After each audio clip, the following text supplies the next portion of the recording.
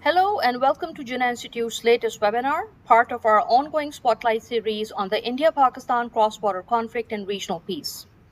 My name is Ammara Durrani. I'm Senior Fellow at Jinnah Institute.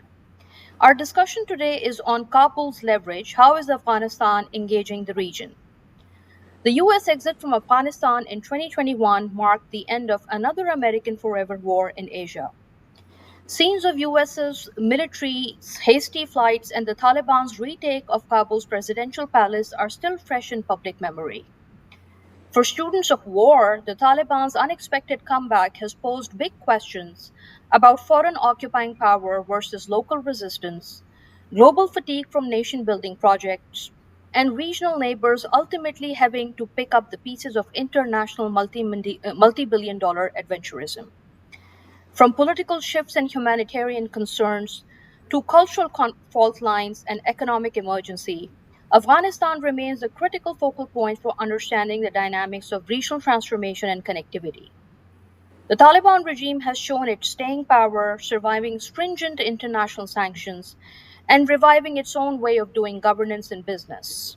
Again, at the gravest cost of women's extreme socioeconomic and political marginalization. With more than 90% of the Afghan population living below poverty and more than 23 million people experiencing acute food shortage, the country remains one of the world's largest humanitarian crises. Our distinguished speakers in today's webinar bring on the ground experience, insider policy knowledge and network, and deep regional understanding to help us unpack the complexities of the Afghan context for paths forward. I'm very pleased to introduce Ambassador retired Mansoor Ahmad Khan, who was Pakistan's last serving ambassador in Afghanistan and present on the ground in Kabul through the dramatic events of 2021 and beyond. During that period, he spearheaded the delivery of Pakistan's humanitarian aid to Kabul, intensively engaged with all spectrum of Afghan political leadership, and pressed for international unfreezing of Afghan assets and continued economic engagement to stave off the country's humanitarian collapse. A career Pakistani diplomat, Ambassador Khan earlier served as Pakistan's permanent representative to the United Nations in Vienna, as well as ambassador to Austria in 2018-2020. Currently, he heads the Center for Policy Research at the Beacon House National University in Lahore. Welcome, Ambassador Saab. Thank you. I'm also joined by Ms. Amina Khan, who is Director of Center for Afghanistan, Middle East, and Africa at the Institute of Strategic Studies, Islamabad. In the last 2 decades, Amna has presented and published extensively on Afghanistan and has authored 4 edited books on the subject. Her upcoming book, Transnational Terrorism from Afghanistan to Africa, is due out this year. A Chevening Fellow, Amna graduated from the Royal Holloway University of London and Quaid-e-Azam University, Islamabad. Welcome, Amna. Thank you. Ambassador Khan, I want to pose the first question to you. You witnessed and partook in history firsthand in Kabul in 2021. You assumed your post in 2020. Now, since the events in 2021 and after a significant low during 2022 and 2024, Islamabad and Kabul have made positive bilateral advances this year. Bilateral trade has reached $1 billion, and official relations have been elevated to ambassador level following high-level Chinese mediation. Pakistan is also now chairing the UN Security Council's Taliban Sanctions Committee, and this month Russia became the first country in the world to formally recognize the Taliban government. Sir, since your time as ambassador in Kabul, what dynamics have changed on the ground? Specifically, with cross-border terrorism as the main sticking point, what, in your view, has been the main pattern of Taliban's engagement with Pakistan? Well, Madam Durrani, thank you very much, and to your team.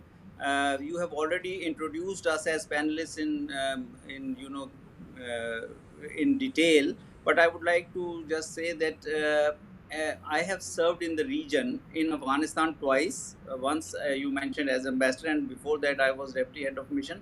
And then I have also served in India, and I have been dealing with regional issues like Iran, relations with Iran and China. So I have spent a good part of my career, diplomatic career, in the region, and that is where I feel that I achieved a lot of experience and exposure. And after my retirement, in my capacity as a think tank, I'm also engaged in track two diplomacy with Afghanistan, with India, for example, on water issues. And in this track two, one of the track twos in Afghanistan, Amina is actually one of my colleagues there, and we attend those meetings and participate in their deliberations regularly. So this is just to give a context of how we are approaching the issue currently. Now, yes, it was a very interesting period which I spent there, particularly the second period when I was ambassador there, and I served 1 year under previous regime, and then in August 2021, the takeover took place. Taliban took over Afghanistan. This time, I think the Taliban have, after the takeover, though, you know, not only Pakistan, but actually all the neighboring countries and entire region and even international community was very facilitative and supportive to a peaceful transition, and transition took place peacefully because Doha process was in place. Some certain understandings had been made in Doha process, and because of that, the transition was peaceful. But when we talk about Taliban regime, I'm talking about Taliban 2.0, Taliban regime's engagement with Pakistan.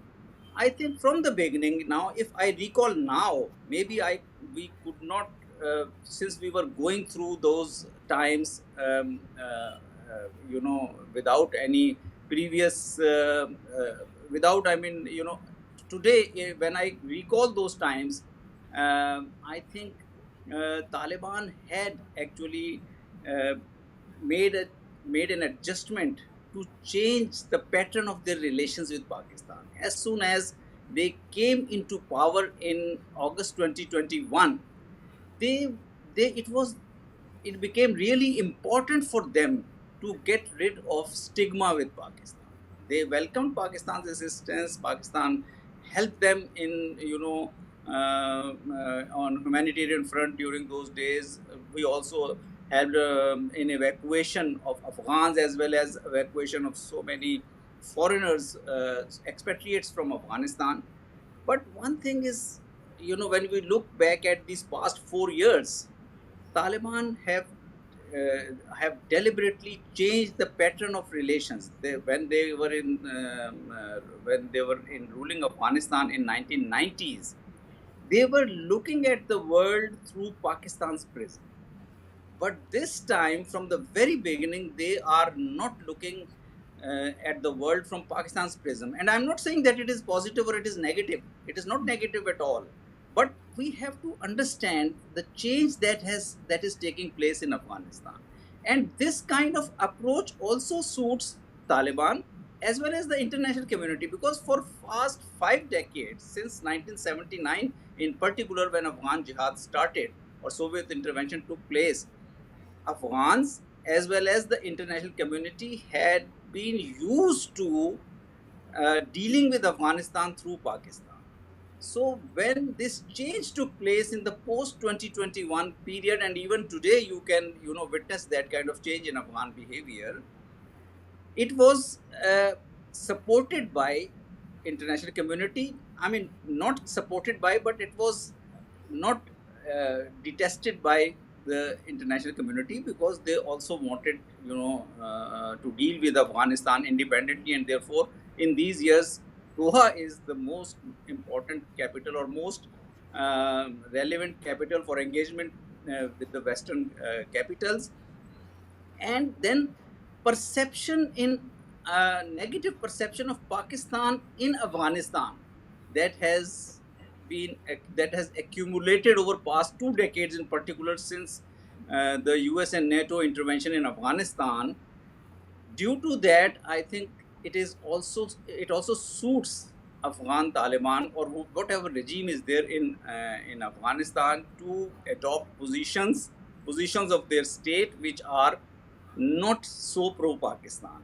And that is why when Afghan Taliban assumed power, they did not take long time in assuming the positions of previous state under President Ashraf Ghani and Hamid Karzai, whom Taliban had been fighting. For example, they immediately went for to give an impression that this border is not a border, but it is a Durand line. And secondly, they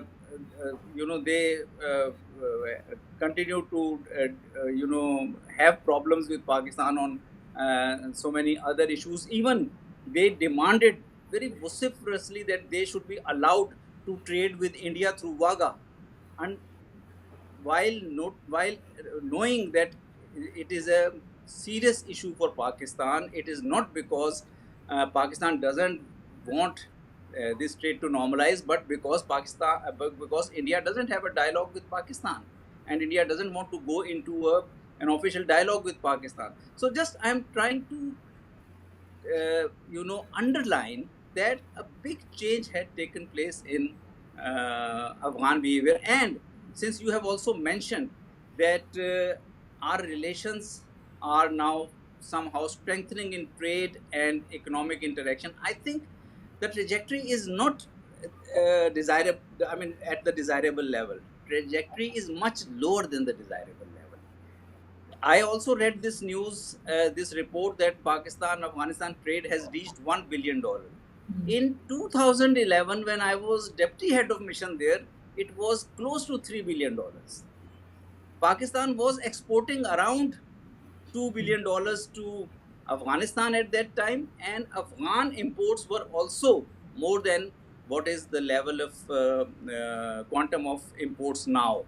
So actually, and yes, we can acknowledge that at that time NATO forces were present, so a lot of the demand of goods and trade was inspired by presence of foreign troops there and expatriates there.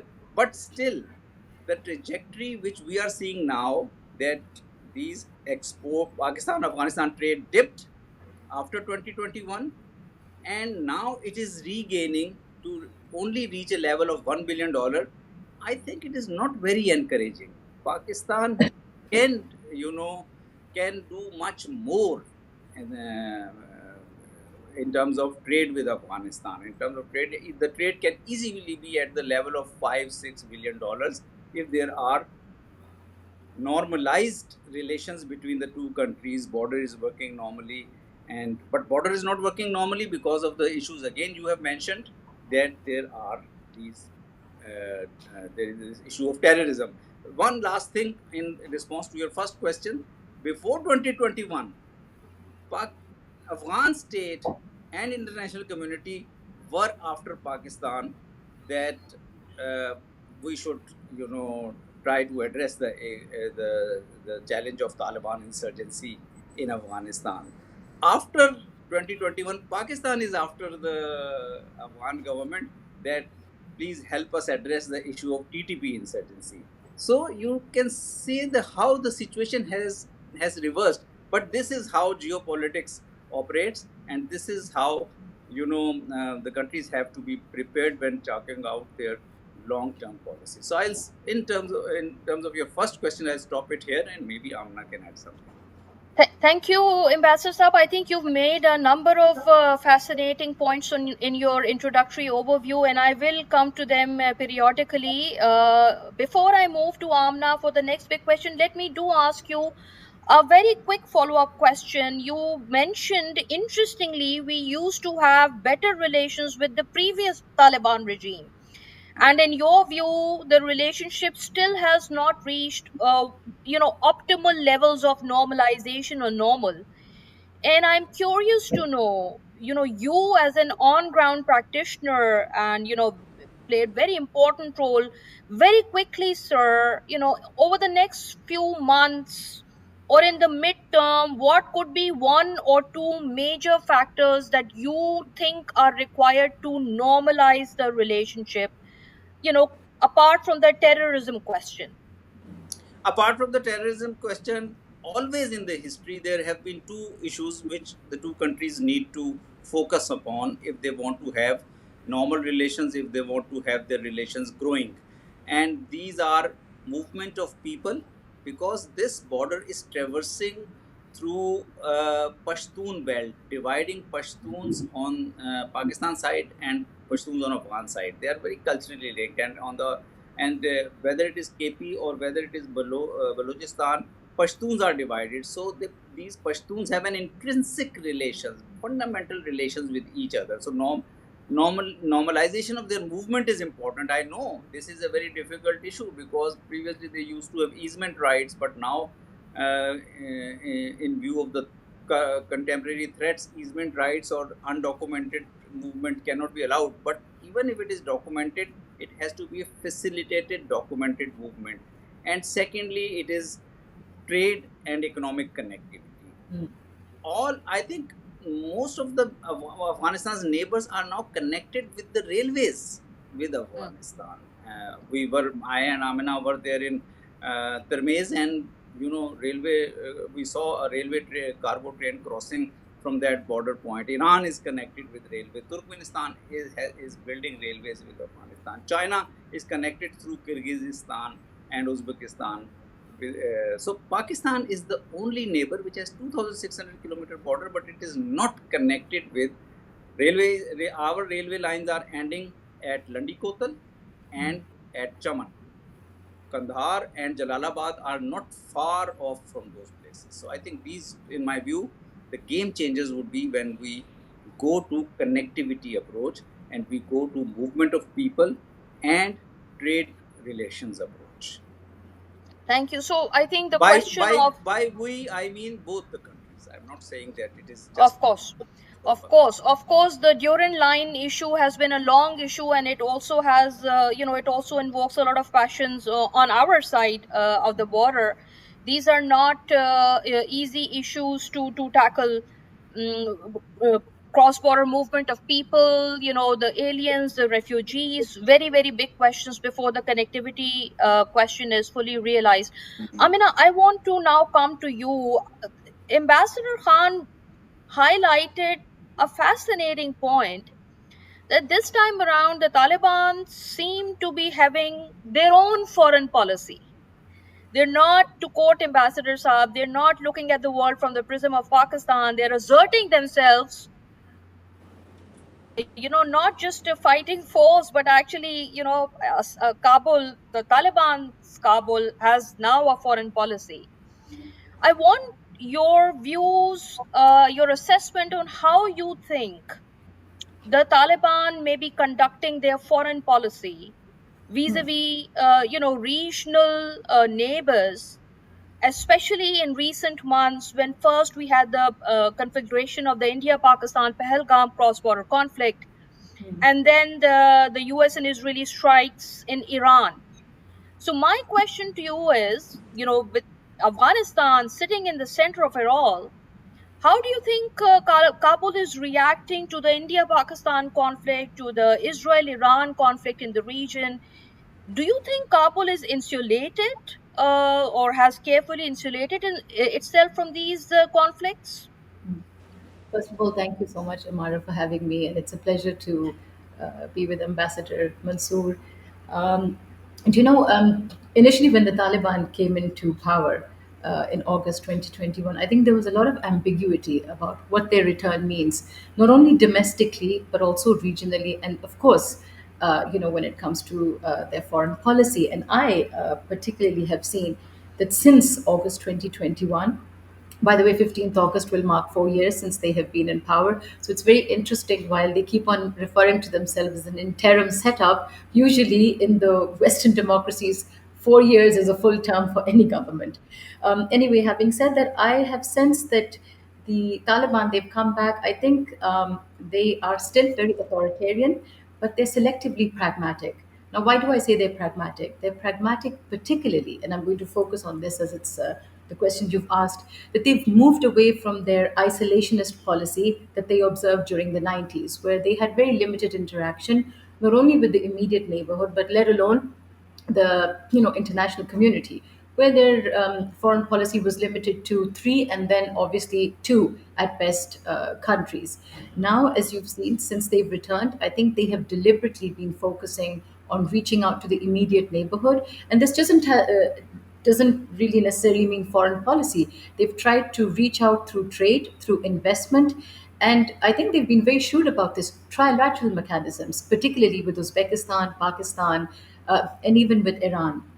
And interestingly, I think, as Ambassador Mansoor said, the response of the region also has been very different from, say, during their previous rule, where a lot of the embassies were still there. Interestingly, India reduced its diplomatic presence, but it didn't really leave.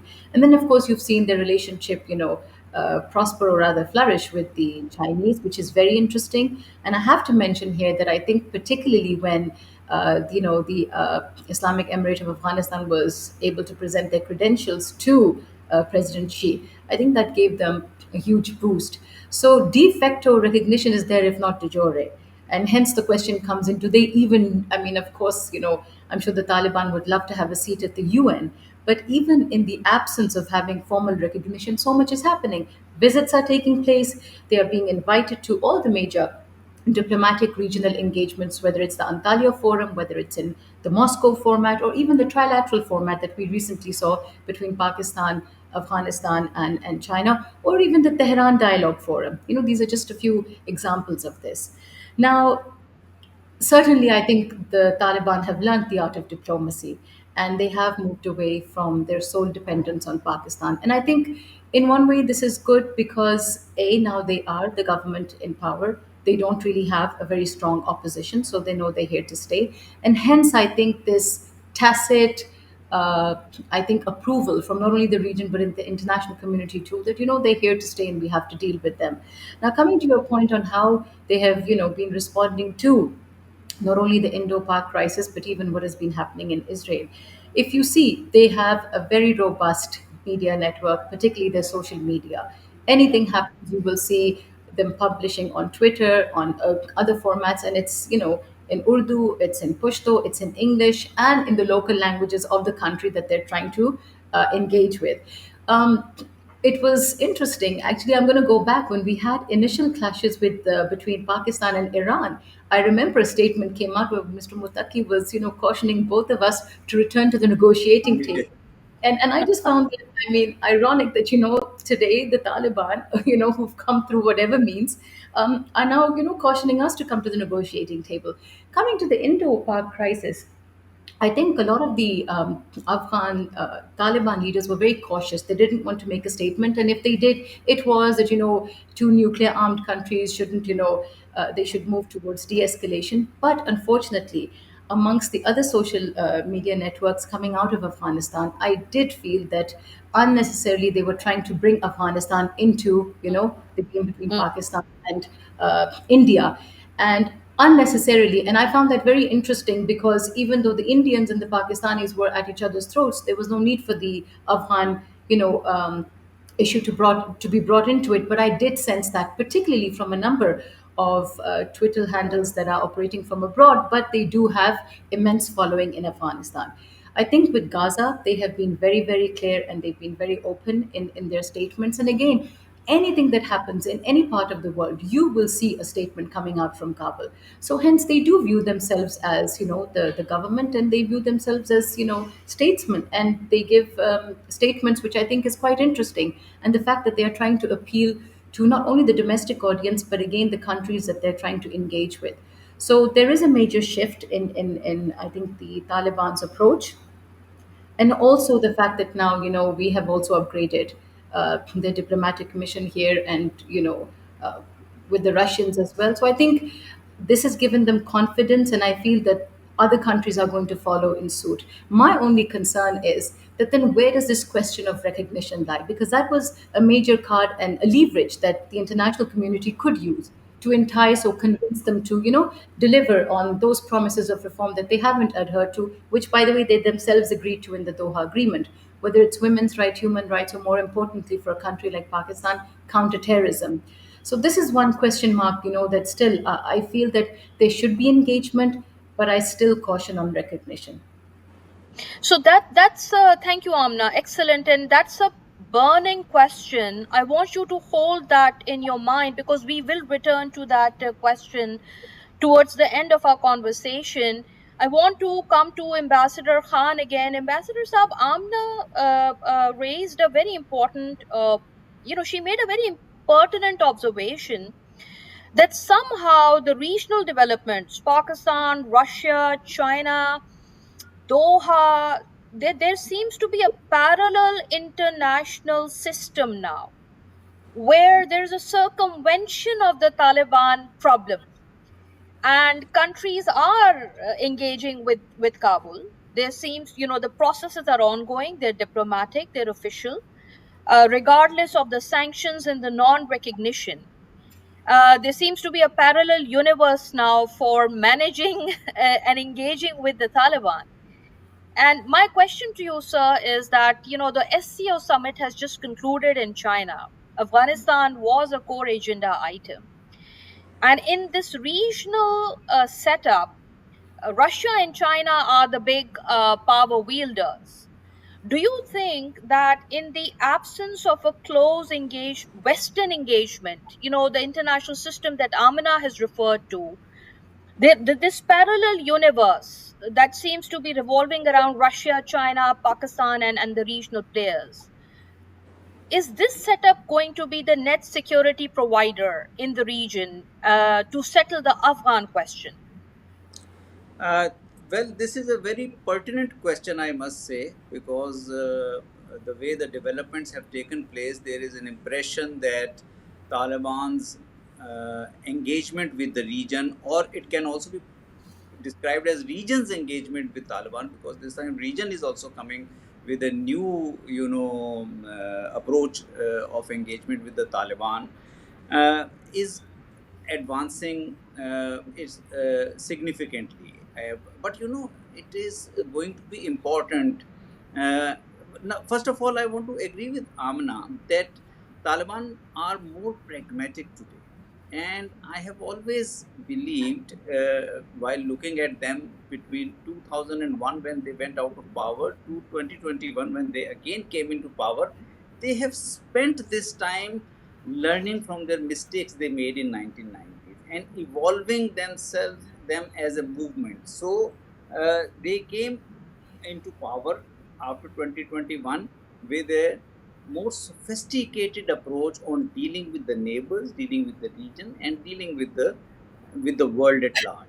Now, at the moment, there or in the last 4 years, their engagement with the region has really advanced. Russia has actually formally recognized them. Russia has removed from the terror list because of Russian influence in Central Asian countries. Kazakhstan has already removed them from the terror list. Tajikistan, based on our own interaction in track 2 settings, we have an understanding that Tajikistan at some point also, despite its serious differences with Afghan Taliban, may go ahead and remove them from the terror list, and may engage into more economic and trade interaction with them. China is already there with a reasonable or with a significant economic footprint in Afghanistan. Now, this is in itself a very encouraging development for the Taliban and for the region, but it is not adequate enough because we have an international system. We have a UN system. In the UN system, Taliban still are listed as a movement. There are restrictions on Taliban movement, as well as there are sanctions on Taliban movement's leaders.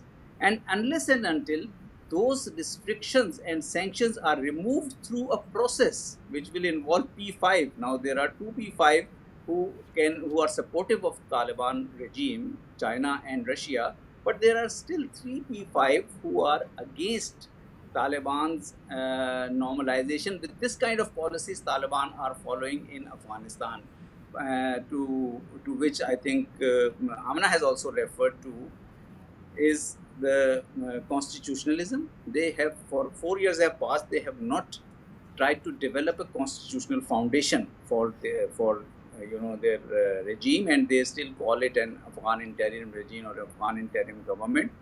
They have rather gone back on their commitments on girls' education and on women rights, and media freedoms are also not at the level which are acceptable to the Western-dominated international governance order. And if we have an example, a very interesting example is the Syria. Syria came, after departure of Bashar al-Assad, Syrian regime changed, and their new president was once a member of Al-Qaeda, but still, Syria has been, kind of has been mainstreamed internationally. It has its seat in the UN, it has its seat in the OIC, but Taliban are struggling on that count, and there I think Taliban, in my view, have made some miscalculations. They were thinking, and they have been thinking, that they should use these cards, these things, I mean, women rights, constitutionalism, and media freedoms, as tactics for negotiations for their mainstreaming. I think it should have been otherwise. They should have adopted a more forward looking approach, or at least should have shown to the world that they are coming with a forward looking approach, and then they should have actually expected or demanded their mainstreaming from the international order. And I remember, after the takeover, the first visit in September, international visit in September 2021, was of three envoys, special envoys, Pakistan, Russia, and China, to Kabul. And there, Mr. Kabulov, particularly when during our meeting with the Afghan Prime Minister in the URG, continued to insist that we want to help you, but you help us. And you help us meant that you at least adopt some approaches on these issues as well as on counter-terrorism. And there, I think, on these human rights issues, constitutional issues, media-related issues, and terrorism issues, Taliban's slate is not that clean as it could have been. So my view is that they are actually they are suffering partly because of the geopolitics of this region, because of US China and US West competition also, but partly it is also because of actions they have not taken. So even and if they start adjusting these actions now in their approach, maybe in a couple of years they will have a case with the Western countries also. So Western countries have a serious issue with this kind of regimes, uh, or Talibanization, or radical Islamism, or extremism, or fundamentalist kind of rule. So Taliban have to think about, if they want to present Afghanistan as a forward-looking state, and free of violence, which was there, which infested Afghanistan for past 4 or 5 decades, then they have to take these kind of reformist measures too, so that those large number of Afghans who are against Taliban should also have something to pose their trust in the Afghan Taliban regime. Thank you, Ambassador Saab. I remember that some of us who tried to be optimistic after 2021, Yes.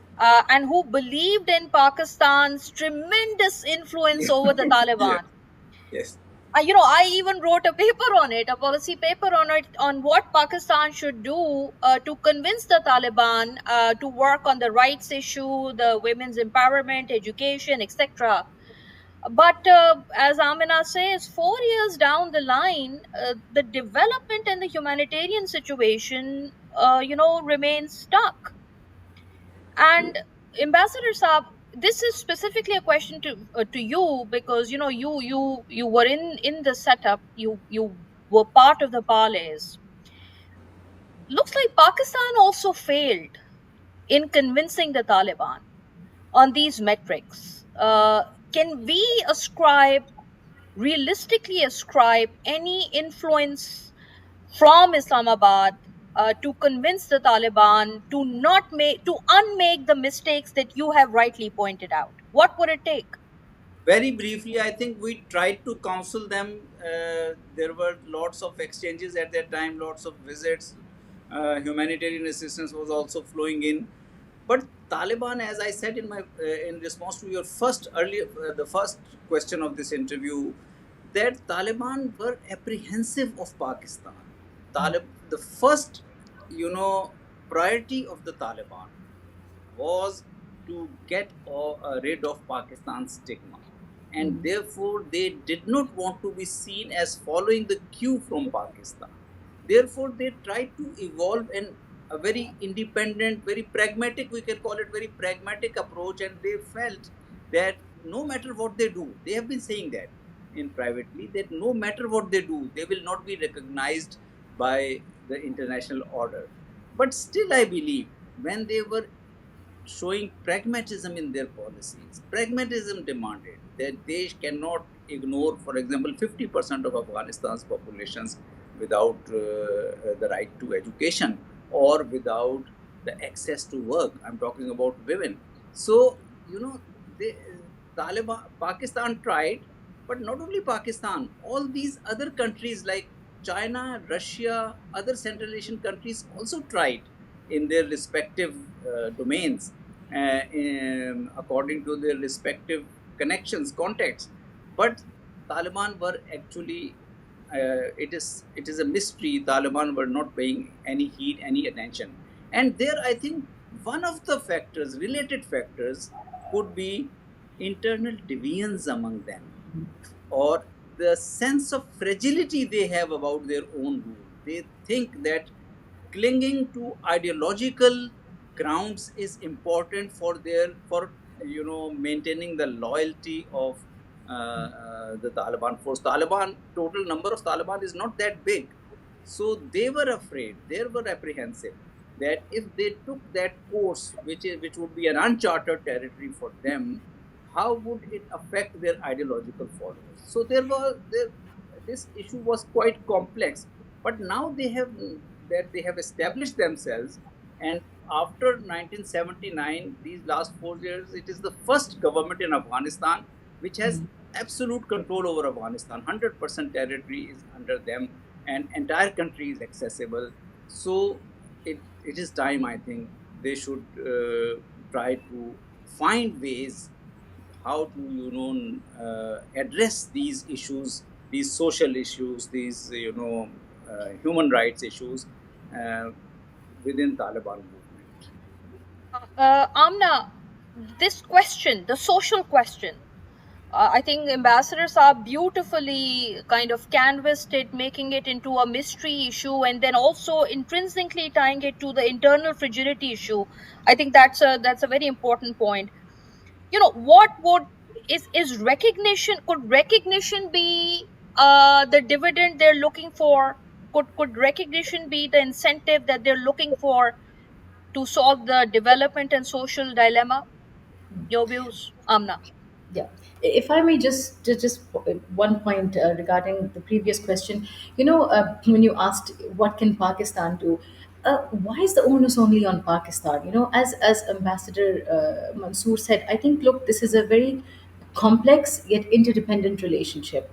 Uh, Everywhere we go, Pakistan, we're damned if we do, we're damned if we don't when it comes to Afghanistan. And I think uh, there were major miscalculations made when those people sitting in Pakistan rejoiced when the Taliban returned back to power, as if all of Pakistan's concerns would be addressed. Many of us were very cautious of this because I think the Afghan Taliban have been very clear in their policies towards Pakistan, even in their previous rule and even in the current rule. So I don't know where this enthusiasm was coming from, number one. We have been struggling post August 2021, few brief moments of stability, and then the TTP issue started. So I don't think we're in a position to be speaking to the Afghan Taliban about letting women, return to work or go back to schools because we have other problems with them. My actual concern here is, and I think the onus should be on the international community because look, the Afghan Taliban did not come into power in isolation. They came in through a process, which is the Doha Agreement. Yes, it is flawed. There are a number of issues with it, but by and large, the Americans signed it with the Afghan Taliban and majority of the international community, those countries that are now not willing to engage with the Afghan Taliban because of this issue of women's rights, they supported this agreement. Now, if you look at the Doha Agreement, there were several points in it. By and large, the Doha Agreement has only benefited the Afghan Taliban because I don't think there has been a strong enough push on the Afghan Taliban to deliver. For example, when we talk about inclusivity, as Ambassador Mansoor rightly pointed out, they still don't have a constitution. Mm. How does a country function without a constitution? Yes, they have token figures. They've got about eight non-Pashtuns, which I think is a huge step compared to their previous rule, where you couldn't even imagine having a non-Pashtun in the administration. But these are important points that the international community needs to hold the Afghan Taliban accountable for. And to be very honest with you, Amara, if you've seen, as long as Afghanistan, there is no major security or terrorist threat emanating from Afghanistan across the shores to Europe or the United States, this status quo is very convenient and it suits them conveniently. Why? Because they're bogged down in Ukraine, and then, of course, now you've got what is happening in Gaza. So, right now, this status quo suits everyone, and this again favors the Afghan Taliban because they also know that Afghanistan isn't really amongst the priority matters in the West. Um, and when it does become a priority, then you see the United States. They bypass all these, international norms, and they come to Kabul and they sign a deal where they get a prisoner swap. So, there are contradictions galore Yeah. over here. And I just feel Yeah. that I don't think Pakistan were in no position to be the torchbearers and tell the Afghan Taliban or convince them. I'll just tell you something interesting. The Saudis, they tried. They called them to the Khana Kaaba, and this is what the Saudis always say. And they said, if we could not convince them there and then, this is something they have to do on their own. And I actually think, yes, of course, women's rights, it's a major, major issue. We need to highlight it. But I actually feel that the change is already taking place. It's very small, but it's taking place where you have prominent Taliban members openly speaking out against the policies of the emir. Now, to many people, this just might be pure rhetoric. I don't think so, because if you look at the overall ideology of the Afghan Taliban, it was taboo to speak against any decision of the emir, let alone oppose. And you've seen people like Mullah Yaqub, you've seen the Haqqanis, you've seen Stanaksey, Dilavar, all of them saying that it's a no-brainer. Women need to, go back to school and whatnot. Okay, there's another dichotomy. At one point, they're not letting women go back to school, but they've set up shelter homes for women. They are still, women that were employed in the ministries before. While they might not necessarily come to work on a daily basis, they're still being paid their salaries. And a lot of women, by the way, those countries that are offering scholarships to them, whether it's Pakistan or whether it's Egypt or other countries, Qatar, women are still allowed to travel, even if it's with the whole Merim issue. So, under all of this, many things are happening that do favor women, but at the same time you have this major ban. So there are major contradictions, but I think the change will eventually come. Why? Because while Afghanistan has been at war with itself and the international community, the people have changed, and I don't think they will settle for anything else. And soon, I think you will see changes coming out. And by the way, I'm sure you've heard it too, Ambassador Mansoor knows about this, that there are many schools, girls schools, and many universities and colleges that are still operating under the watchful eye of the Taliban, but they just don't make a big issue about it. So I Yeah. think yes, the social issue is there, but I think the region, it's counterterrorism for them. I think it is more on the onus is on the international community. And one point, Amara, I know I'm taking time, but I have to say here, it becomes very difficult for us to talk about gender apartheid in a country like Afghanistan when you are seeing the kind of genocide and atrocities that are taking place against women in Gaza. I don't think the international community has a very strong moral grounding to stand and then question the Taliban. Yeah. No, thank you, Amna. Burning excellent points, and the freezing of the status quo that you very strategically outlined, and this freezing of the status quo serving the Taliban and others. The human cost of that, it's tremendous. Whether it's in Afghanistan, whether it's in Gaza, whether it's in other parts of the world affected by war, I think that a point, and your very open argument that the responsibility is not just the regional neighbors including Pakistan but also the international community. Ambassador Khan gave the example of Syria. It can be a selective use of reward and incentive for humanitarian action. I want to come to the last segment of this webinar, And this actually brings us back to the role of the international community. We have President Trump back in the White House. He initiated the Doha process. He started the official exit, and he's been very busy with the Middle East. He's pitching himself for the Nobel Peace Prize. And I'm as a student of international relations and as a student of leadership, I'm very curious to know your thoughts. Amna, we'll first ask you, and then we'll finally come to Ambassador Saab. I'm very curious to know your thoughts on whether you think uh, there is a probability for President Trump and Washington to re engage fully on the Afghanistan question, even if it is from the perspective of regional trade, because that's a big agenda for President Trump. What are your thoughts? Amna, with you first.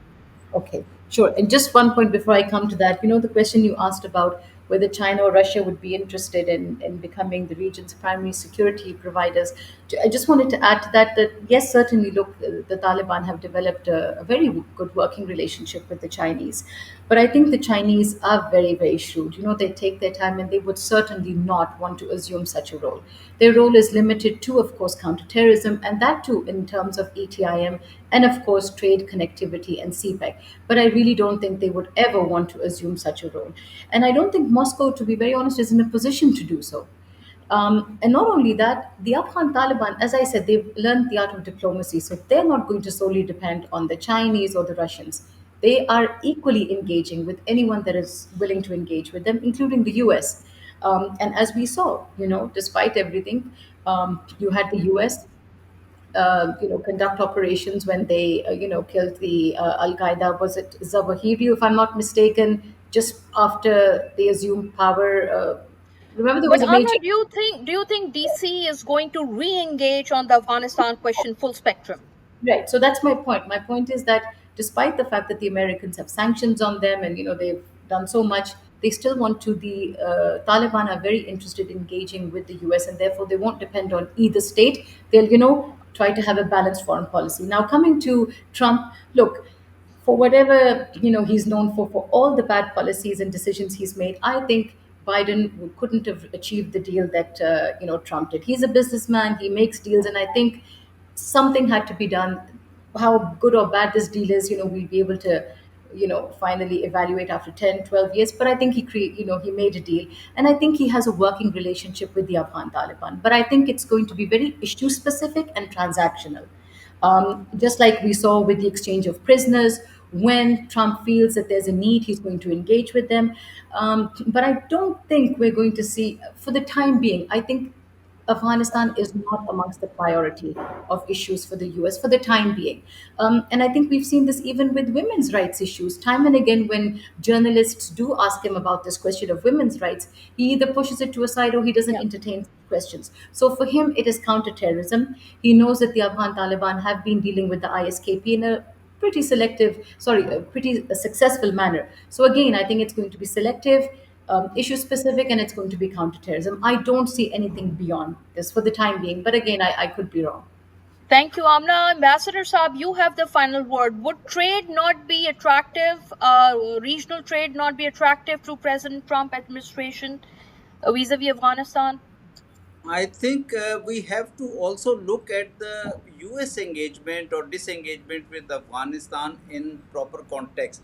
As Amna pointed out that Doha peace agreement, Taliban have been the sole beneficiary of Doha peace agreement. I think US also, has also been a major beneficiary of Doha peace agreement because US and NATO forces withdrawal took place in a seamless manner under this accord while no political settlement could take place. So this was it served both Afghan Taliban. They came back and resumed their government. They brought Islamic Emirate of Afghanistan, and on the other hand, Trump, who was the architect of Doha peace deal, and he was able to get US forces, US and NATO forces out of Afghanistan, and for which he claims the credit.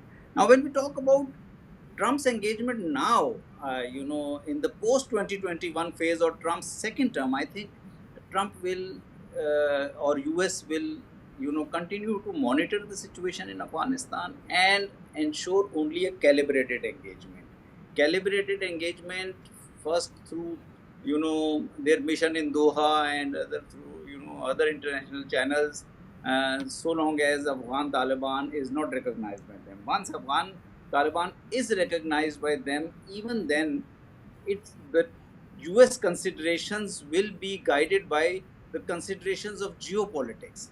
And China is a major factor for Trump, or for the US. US is watching Afghanistan and Central Asia from the again prism of Chinese influence. How Chinese economic footprint is expanding in Afghanistan, how much of it suits the United States, and at what level it becomes,